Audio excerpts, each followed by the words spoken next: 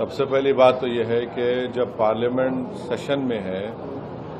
تو central government جو ہے پارلیمنٹری سپریمیسی اور پریویلیجز کے خلاف یہ کام کرتے ہوئے میڈیا کو انفارم کر رہی ہے اور پارلیمنٹ کو انفارم نہیں کر رہی ہے۔ پارلیمنٹ جب چل رہا ہے تو سرکار کا کام یہ کہ امیڈیٹلی آپ پارلیمنٹ کو انفارم کرتے بجائے اس کے کہ آپ نے میڈیا کو لیک کیا۔ اب جو میڈیا نے رپورٹ کیا اس کی بنیاد پر میں یہ کہہ سکتا ہوں کہ یہ جو پرپوز امینڈمنٹ سے میڈیا میں جو لکھا گیا ہے وہ اس بات کو بتاتا ہے کہ مودی حکومت وقف بورڈ کی اٹانومی کو چھیننا چاہتی ہے اور وہ انٹرفیئر کرنا چاہتی ہے واقف کے منشے کے خلاف کہ کس طرح سے اس وقف کی پراپرٹی کو چلایا جائے، اور یہ خود فریڈم آف ریلیجن کے خلاف ہے، نمبر 1۔ دوسری بات یہ ہے کہ بی جے پی شروع سے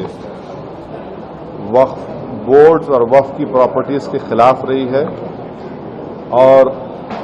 ان کا ایک ہندوتوا کا ایجنڈا ہے، آر ایس ایس کا ایجنڈا ہے کہ وہ شروع سے وقف پراپرٹیز کو اور وقف بورڈ کو ختم کرنے کی کوششیں کرتی رہی ہیں۔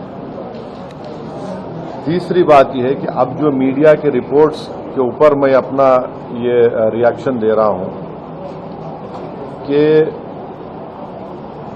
ایک بار کسی پراپرٹی کو وقف ڈکلیئر کر دیا گیا تو ہمیشہ وقف رہتا ہے۔ تو وقف ایکٹ جو ہے 54 کا ہے اور 96 کا ہے، جو 96 کا ایکٹ تو 2013 میں امینڈ کیا گیا، وہ سروے کمشنر کو پاورز دیتا ہے، اور سروے کمشنر کو اپائنٹ کون کرتی ہے؟ State government. تو سروے کمشنر وقف پراپرٹیز آئیڈینٹیفائی کرتا، اس کے بعد لسٹ آف وقف پریپیئر ہوتی ہے سروے کمشنر کی طرف سے، اور وہ سروے کمشنر جو اسٹیٹ گورنمنٹ کا اپائنٹی ہے اس کو اسٹیٹ گورنمنٹ کو بھیجاتا، اور state government gazette notification issue کرتی ہے۔ تو گزٹ نوٹیفکیشن خود ایک افیشیل ایکٹ ہے، اور اگر گزٹ نوٹیفکیشن 1 سال تک چیلنج نہیں ہوتی تو وہ فائنل ہو جاتی ہے اور نیچر آف وقف ہو جاتا ہے۔ اس کو یہ لوگ چینج کرنا چاہتے ہیں، یعنی جو پہلے سے وقف ہو چکی ہیں پراپرٹیز اب دوبارہ ان کو اسٹیبلش کرنا پڑے گا کہ یہ وقف ہیں، یہ امپاسبلٹی ہے۔ دوسری بات یہ ہے کہ گزٹ کا جو کنکلوسیو نیچر ہے اس کو آپ ڈائلیوٹ کرنا چاہ رہے ہیں۔ مانیے اب کئی لوگ وقف کی پراپرٹیز میں انکروچرز ہے، اللیگل طریقے سے وہاں پر ہے، تو ان کو ایک موقع مل جائے گا کہ وہ وقف پراپرٹیز کو بولیں گے کہ ہماری پراپرٹی وقف کی پراپرٹی نہیں ہے، اور کوئی بھی پراپرٹی میں یہ جھگڑے ہوتے کہیں نہ کہیں، تو اس کو ایک انکروچرز کو ایک موقع مل جائے گا۔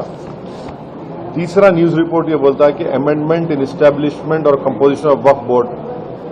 تو یہ ایکٹ خود یہ بولتا ہے کہ ہر اسٹیٹ میں ایک وقف بورڈ ہونا چاہیے،